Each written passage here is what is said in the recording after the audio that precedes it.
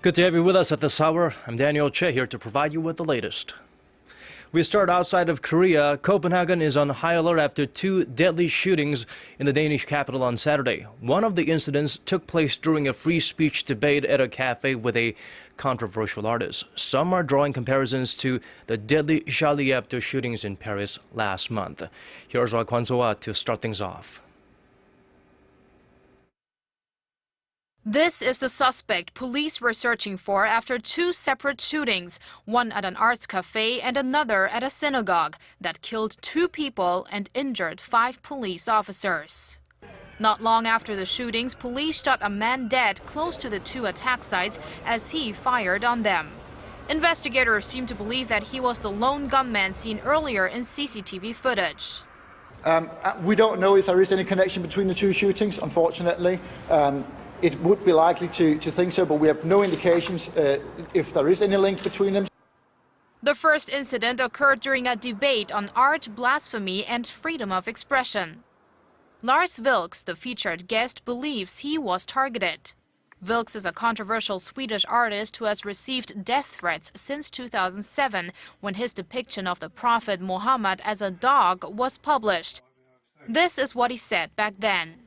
This should be a small thing, really, to insult a religion. You cannot make any exceptions for religion. I mean, that's the point. I mean, this should be the same rules as we have for Christianity or the Jewish religion or whatsoever. Denmark's prime minister told the media the whole country is on high alert and said she feels certain that the shooting is a politically motivated terrorist attack. It's a battle against values that are based on freedom for the individual and a dark ideology. The incident brings up memories of another not so long ago in Paris. The French ambassador to Denmark, who attended Saturday's debate, believes the motivation for the cafe shooting was the same as that for the shooting at the French weekly Charlie Hebdo that left 17 dead. I'm not afraid. It's more like, it's more crazy, more like the feeling of, it's happened in Denmark. We have heard about it in Paris, and if you can relate those things together, but it's crazy.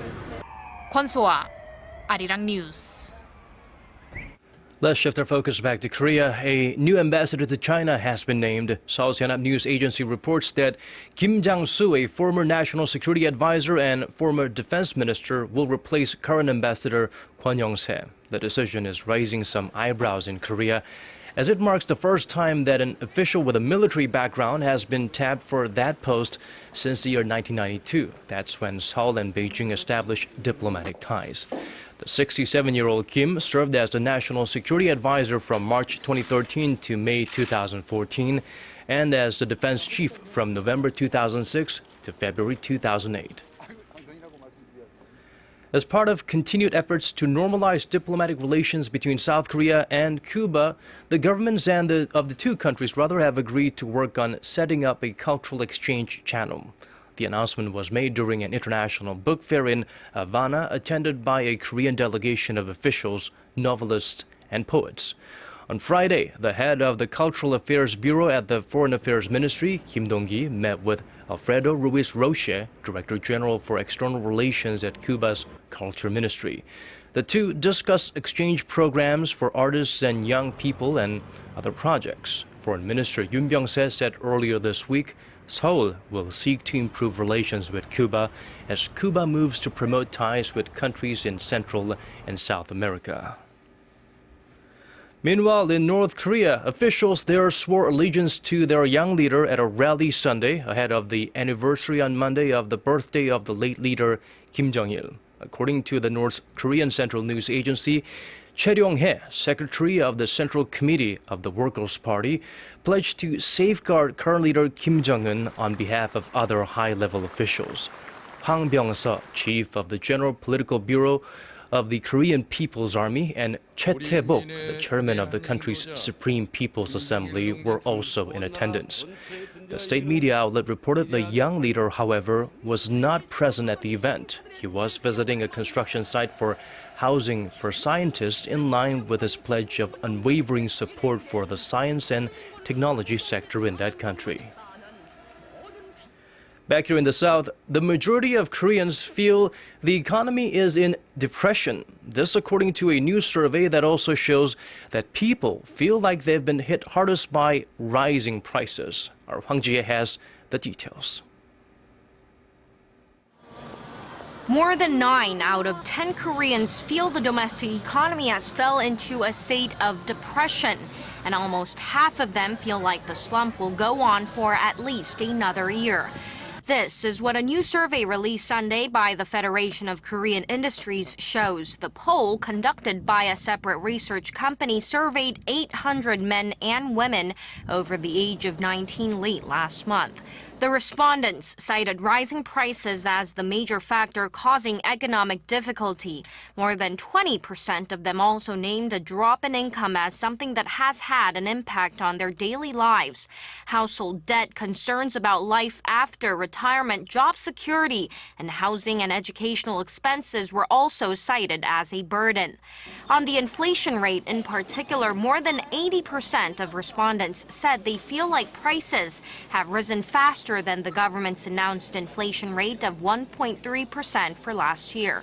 Skepticism about the domestic economy is also expected to dent private spending this year. More than half of those surveyed said they will spend less this year than last year, while a mere 8.5% said spending will improve in 2015. Hwang Ji-hye, Arirang News. Welcome news. Koreans were struck by fear before checking their utilities bills. Korea will apparently cut city gas prices starting next month by 10.1% on average, marking the biggest cut ever. The Energy Ministry says the move is a way to reflect falling global oil prices. It's the second price cut this year after the government lowered prices for liquefied natural gas by almost 6% early last month. The government reviews raw materials cost every 2 months to factor in any change bigger than 3% in the purchase price.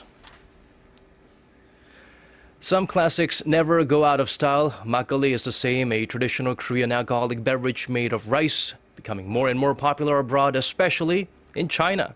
According to figures released by Korea's Agriculture Ministry on Sunday, Macaulay exports to China jumped to more than $250,000 last year. That's up 187 percentage points from the year before. The increase is attributed to a decline in consumption of hard liquor in China and the perception of Macaulay there as a healthy alcoholic drink. While the overall volume of Macaulay exports to China increased by 5% last year, exports to Japan decreased due to a weaker yen. The Lunar New Year holiday, or Seollal, is just around the corner, and every family's nightmare is spending more time in traffic than with their relatives. In a bid to ease travel time, the Transport Ministry and navigation system company iNavi teamed up to analyze Seollal exodus routes from the past 2 years. They concluded that the 4 most congested routes are as follows: the Maesong interchange to the Seopyeongtaek interchange, the Yangjae IC to the Ansong IC, the Yongin IC to the Hobab IC, and from Hannam to the Ochang Expressway. Taking a detour through national roads or highways could have saved holiday travelers up to 46 minutes of driving back then. So for this year, do some research and plan your travel route before hitting the road. Speaking of Seollal, or the Lunar New Year holidays, a common gift that is shared and eaten during that holiday is Hanwha, or traditional rice confections. Once a holiday favorite, the treats have become less popular in recent years, so Hanwha makers are trying to give them more mouth-watering appeal. Our Paul Yi has this report. These small, doughy pieces of glutinous rice turn into feathery cakes, crispy on the outside and soft on the inside when dunked in boiling oil. After they're coated with chochung, or rice syrup, and sprinkled with rice topping, they become delicious yugwa. They may look like ordinary traditional Korean confectionery, but they actually have a very unique flavor of jujube and hot pepper that is known to blend well with rice. The fermented hot pepper, yugwa, that we make is one of our best-selling items because of its unique spicy taste, which is different from the traditional sweet taste. The idea for this special recipe was provided by a local agricultural research service. And fresh agricultural products for the ingredients are locally grown, an added bonus for some. As we have gotten positive reviews for our newly developed Hanwha with hot pepper, grape, and jujube flavors, we're planning to diversify and expand our product lineup. As the Lunar New Year holiday nears, Hanwha makers are busy trying to promote the unique taste of their products while preserving their traditional qualities. Paul Yi, Arirang News. Now let's move on to the 65th Berlin Film Festival. Dissident Iranian filmmaker Jafar Panahi has won the Golden Bear for his Tehran Road movie, Taxi. Panahi has been banned from making films since 2010, actually. In Taxi, he offers a glimpse of life in Tehran as he drives through the streets, capturing conversations with his passengers. Acclaimed director and jury president Darren Aronofsky said Panahi had created a love letter to cinema instead of allowing his spirit to be filled with anger and frustration or be crushed. Panahi is under a travel ban, and his award was picked up by his niece, who broke down saying she was too moved to talk. Also, Korean director Na Young-gil bagged the Golden Bear for Best Short for his film Hosanna. It's the first Golden Bear for Korean filmmakers since the year 2011. And now moving on to weather, it's going to be a wet and gloomy Monday apparently, with rain expected in most parts of the nation and snow in some parts of Gangwon-do province. Seoul will see a low of 4 degrees Celsius in the early hours of the day. Most parts of the nation will see temperatures hovering at around 5, with Gwangju the warmest at 11 degrees Celsius. And now let's check out the weather outside of Korea, around the world.